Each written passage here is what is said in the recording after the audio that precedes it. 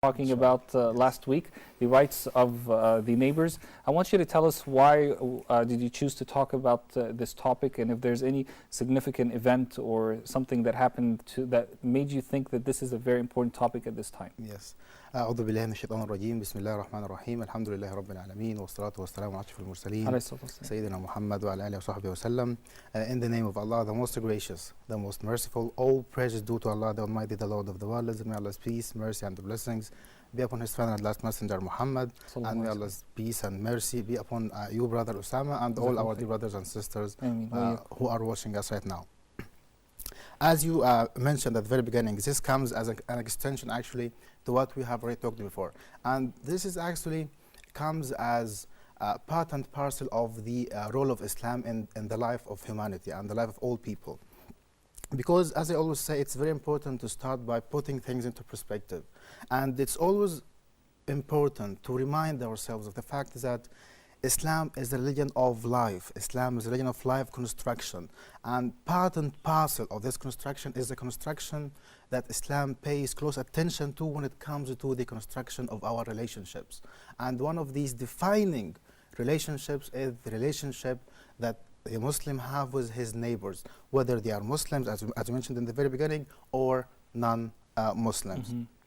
And when you look into the Quran, you will find in more than one place many verses that highlight this neighborly relationships, and also in the authentic sunnah of the Prophet, peace be upon him. So if we take, for example, in the noble Quran, we clearly see in the chapter of women, Allah the Almighty clearly stating and emphasizing the fact is that we should worship Him alone and only, and associate no partners when it comes to worshiping Allah the Almighty and being servants and worshippers of Allah the Almighty. And alongside with this, Allah the Almighty also highlights and emphasizes the importance of giving the due rights for the neighbors, whether they are neighbors who are also relatives, and whether they are neighbors who are Muslims or non-Muslims. And the reason why I particularly would like to highlight this topic and shed more light on it because of the fact that actually many of our new Muslim brothers and sisters living in the West, they raise this point.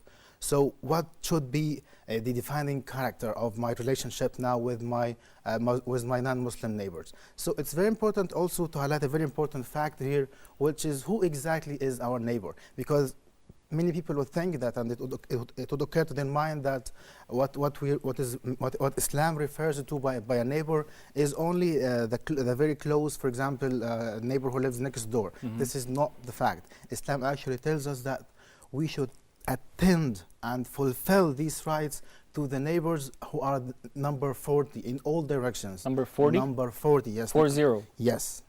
In all directions, not only, for example, on the right or the left, but also upstairs and downstairs, and in all directions. And this is why it was reported that Prophet Abraham, peace be upon him, he used to attend and be considerate and fulfill the rights of his neighbors until he reaches number 40 in all directions. And this is why, for example, if some people live in a small village, then the whole village will be considered as neighbors, and they will have also to fulfill these rights toward them. So this is when it comes to how the Quran emphasizes and highlights the importance of neighborly relationships. How about the Sunnah? The Prophet Muhammad talks a lot about the rights of the neighbors. Yes, this is very true, yes. So when we, on the other side and on the other hand, move to the authentic teachings of Prophet Muhammad, peace be upon him, we will find numerous authentic teachings that highlights both, and in parallel, the importance of showing benevolence and kindness and being considerate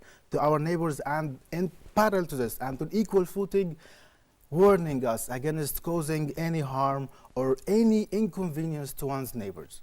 So let's start by stating and mentioning the hadith in which the Prophet, peace be upon him, makes it very clear that as Muslims we have to pay close attention to the rights of our neighbors. So in one authentic hadith, the Prophet, peace be upon him, was reported to have said that whoever believes in Allah and the last day, let him be kind or show benevolence to his neighbors, alongside with other important things. But still, the Prophet, peace be upon him, mentioned this very important aspect, which is the nature and the characters that should define our relationship with our neighbors. Also, in another authentic reported hadith, and this also was mentioned in a very beautiful context by one of the great companions, which is Abdullah ibn Umar, may Allah be pleased with him, and his father, Umar ibn Khattab, may Allah be pleased with them. Because it was narrated that once he returned home and he found that his family members, they slaughtered the sheep. So once he saw them, he asked them immediately upon entering his house, did you share part of it with our Jewish neighbor? This was the closest one. So, and because this is also another important thing, because the one that you should start with is the one who's next door. This is the one that also you should start by fulfilling these rights along and as much as you can till you reach the number 40 neighbor. So he continued and he explained why this was his position, that he urged his family members to share and to give part as a present and as a gift to his companion, who happened to be a Jewish man.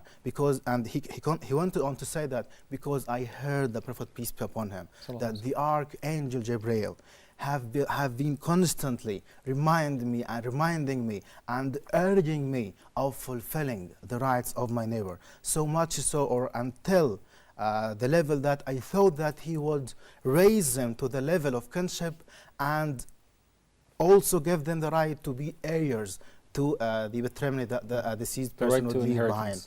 So you see how Islam, how you can see that how powerful this teaching of Prophet Muhammad, peace be upon him, and how much of a significance Islam prescribes when it comes to neighborly relationships. That so much so that the Archangel Gabriel was reiterating and urging the Prophet, peace be upon him, to convey this to his nation, which is us, to be very good and very nice to our neighbors, so much so that the Prophet, peace be upon him, thought that actually by the end of the day the command will come from heaven that they are also neighbors are entitled to be heirs also to the inheritance. Sheikh Qasim, let me stop here for just a moment and ask you practically, what are some of the things that we can do in order to fulfill the rights of the neighbors in general, and then we'll talk specifically about non-Muslim neighbors, inshallah. Yes, there are many things. I'm sure that you are talking here, what are the aspects of showing benevolence? Since you are talking about the importance of showing kindness and mercy and being considerate and thoughtful when it comes to our relationship with our neighbors. Of course, there are many aspects that Islam emphasizes and prescribes for Muslims to attend to their neighbors and to be thoughtful of them. And of course, these are rights that apply to all neighbors, whether they are or regardless of any kinship relationship or religious factors. First of all, when it comes to the way how you welcome and how you greet your neighbor, you should be smiling and with a cheerful face, and also greeting them with a friendly greeting. This is also something very important. And also, alongside with this, showing consideration to them by, for example, standing with them in times of happiness and extending a helping hand to them, and also in times of sorrow to be standing alongside with them and standing shoulder to shoulder with them in times of distress and all of this. And also, if, for example, someone of them is sick and they need help, then it's very important also to stand with them and not to leave them alone in such situation. And also, depending on the circumstances of the society that the Muslims live in, they can invite as a matter of fact, non-Muslims who live also in the community for iftar, because this would be a great opportunity for the non-Muslim neighbors to know about Islam. Because, as you know, it's a sad fact that, but we have to be frank about it, that many people, especially in the West, that they don't have access to the correct teachings of Islam, especially in light of what many people across the world are being bombarded with incorrect and misinformation about Islam. So, with this being the case, they may not have the opportunity, for example, to read the Noble Quran or to have access to the authentic teachings of Prophet Muhammad, peace be upon him. So it's very likely that you can be the only Quran that they can really experience, and we can see that from the saying that was narrated from the mother of the believers, may Allah be pleased with her, the wife of Prophet Muhammad, peace be upon him, and may Allah be pleased with her, and all the wives of the Prophet, peace be upon him. She narrated that when asked about the morality on the character of Prophet Muhammad, peace be upon him, she said he was a walking Quran, i.e. he was a practical and a real translation of the noble teachings of the Quran. And this is what should also be our approach and attitude. You said that his manners were the manners of the Quran. Yes, yes.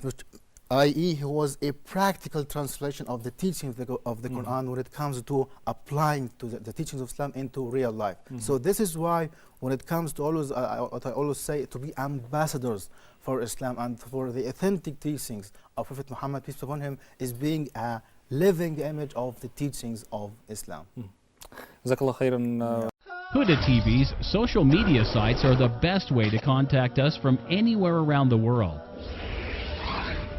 Stay connected with Huda TV's latest news and programs through Facebook, Twitter, Google+, YouTube, Skype, and Instagram. It's fast and easy. Stay up to date with your favorite shows and scholars today. Huda TV, a light in every home.